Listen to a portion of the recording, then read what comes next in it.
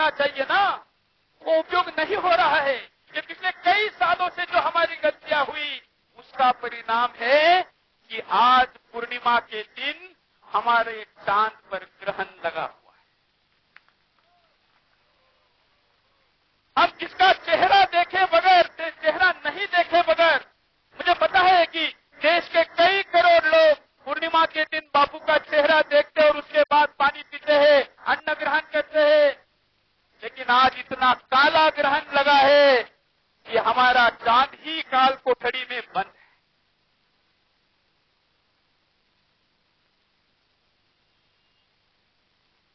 ये रोने से नहीं होगा, कि दुश्मन को रुलाना पड़ेगा तब वो चांद का ग्रहण हटेगा। मैं भी आपके जैसा इमोशनल हूं, लेकिन सबसे आसान है रोना। इस रोने को आंखों से नहीं हाथों से बहने दीजिए, दुश्मन भाग जाएगा, दुश्मन भाग जाएगा।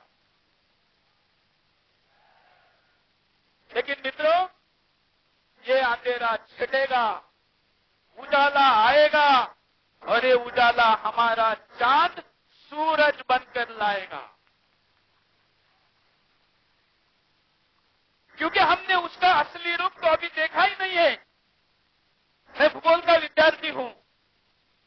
भूगोल कहता है, खगोल कहता है कि हर ग्रह ग्रहण के बाद ज्यादा तेजस्वी होता है, और बापूजी भी इस ग्रहण से जब बाहर निकलेंगे तो ज्यादा तेजस्वी होकर बाहर निकलेंगे।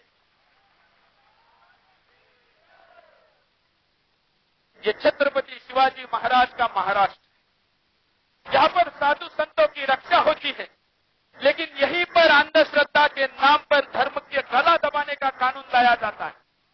हमें इसके खिलाफ बोलना जरूरी है। आज अंदर कौन है और बाहर कौन है, इसकी अगर हम तुलना करेंगे, लेकिन उसके पहले मैं एसएमएस को दोबारा बताना चाहूं। मैं जंतर मंतर पर भी मंच पे चढ़ रहा था तो मुझे एक एसएमएस आया, और सेम एसएमएस न जाने किसी ने मुझे अभी फिर फॉरवर्ड किया कि सुरेश, तुम तो पत्रकार हो और तुमने स्टूडियो से बोलना चाहिए, कैमरे के ऊपर बोलना चाहिए, तुम जनसभा में क्यों आ रहे हो? तो मैंने कहा कि देश के लिए अगर जरूरत है तो सूरज चौहान के पाकिस्तान में जाने को तैयार है, यहाँ स्टेज पर आना तो छोटी चीज। आखिर स्टूडियो में हम पैसे कमाने नहीं गए। शिरडी का रहने वाला हूं, 10x10 की दुकान में एक चैनल से ज्यादा मुनाफा देती है। लेकिन अगर जगाने के लिए इस देश को, इस सिंह को उसका असली रूप बताने के लिए अगर स्टूडियो के अंदर से मैं जयकारा लगा सकता हूं तो मंच से भी लगा सकता हूं, और इसीलिए यहां पर आया हूं।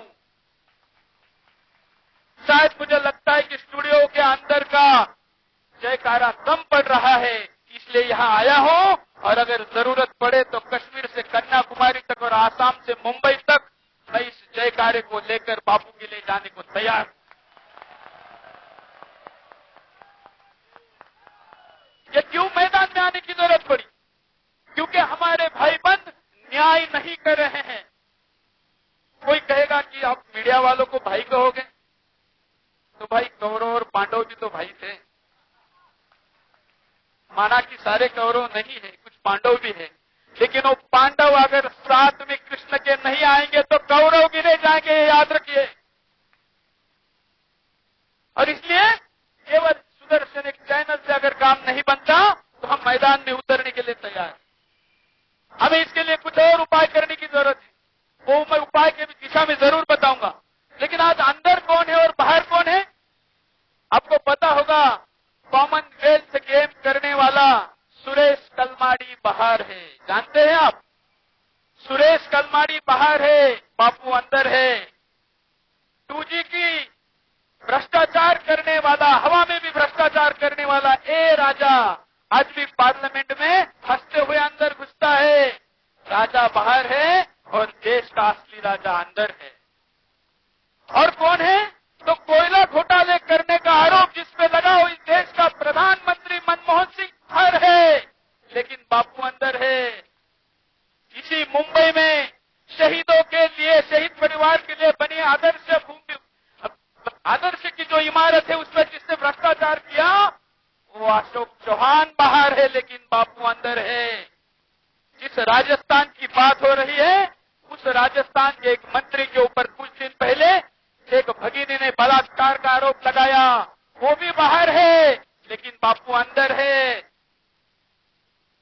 बाहर वालों की लिस्ट इतनी बड़ी है कि शायद ये डायरी कम पड़ जाए, लेकिन अंदर केवल हमारे अकेले बापू क्यों है, यह हमको पूछना है। क्यों? क्योंकि कुछ आंकड़े ऐसा कहते हैं।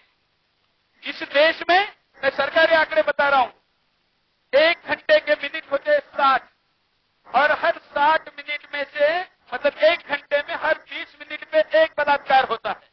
ये सरकारी आंकड़ा है, और सारी गैर सरकारी संस्थाएं ये कहती है, और हम भी मानते हैं कि 4 से 5 गुना कम होता है। इसका मतलब क्या हुआ कि हर 60 मिनट में 24 बलात्कार है। इसका मतलब एक महीने में 43,200 बलात्कार होते हैं, और एक साल में 1,57,68,000 बलात्कार होते हैं। और जिस आरोप के ऊपर बापूजी को अंदर डाला है, वो इससे कई गुना ज्यादा उस धाराओं के ऊपर मामले दर्ज होते हैं। उसकी संख्या एक साल में 6 करोड़ है। क्या 6 लोगों को भी बापूजी इतनी यातना दी गई है? 6 नाम भी आप इस देश के इतिहास में ऐसे जानते हैं जो इस धारा के लिए इतने दिन तक अंदर रखे गए। लेकिन 6 करोड़ लोगों के ऊपर जो गुनाह होने के बावजूद कार्रवाई नहीं हुई, वो एक संत के ऊपर हो रही है। लेकिन मित्रों, आखिर हमारे संत 125 करोड़ में अकेले अलग है, इसीलिए हो।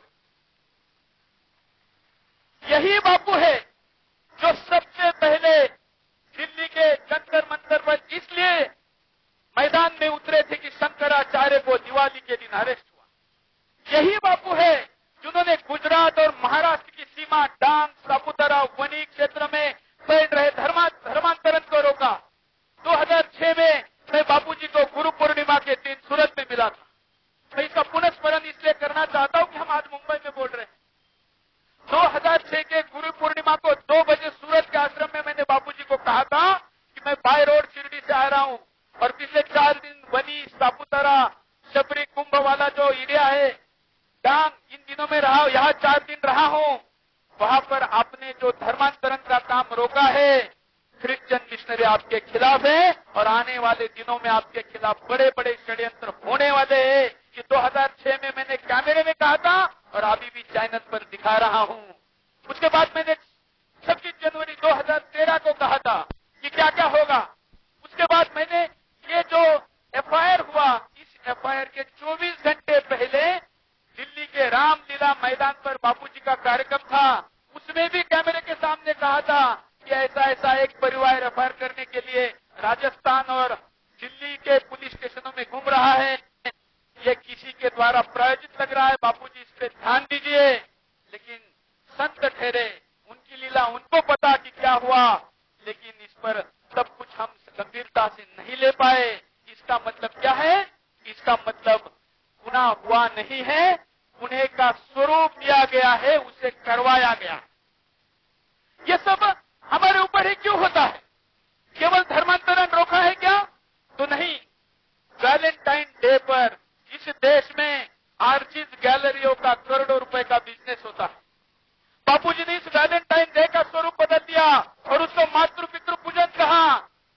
कुछ हजार करोड़ रुपए का नुकसान आर्चिज गैलरी जैसे गैलरीज का हुआ, जो ग्रीटिंग कार्ड और फूल बेचने का बिजनेस करती है। इसके साथ साथ इस देश के कई हजार होटलों का नुकसान हुआ, जो अनैतिकता के राह पर चलते हुए 12 घंटे में ही एक होटल को 5-5 जोड़ों को घंटों की किस्तों में किराए पर दे। वो बापू के खिलाफ है, क्योंकि उनका नुकसान हो रहा है। और क्या हुआ इस देश में? और जब ये वैलेंटाइन डे जाता था, साई जी आप लोग तो संत लोग जानते नहीं, हम तक खबरें आती है, मैं आंकड़ों के साथ बताता हूं। जब वैलेंटाइन डे खत्म होता है, उसके 1 महीने बाद इस देश में करोड़ों गर्भपात किए जाते हैं। उन गर्भपात करने वाले केंद्रों का भी नुकसान होता है, इसलिए वो भी बापूजी के खिलाफ बोलने वाले में शामिल हो जाते हैं।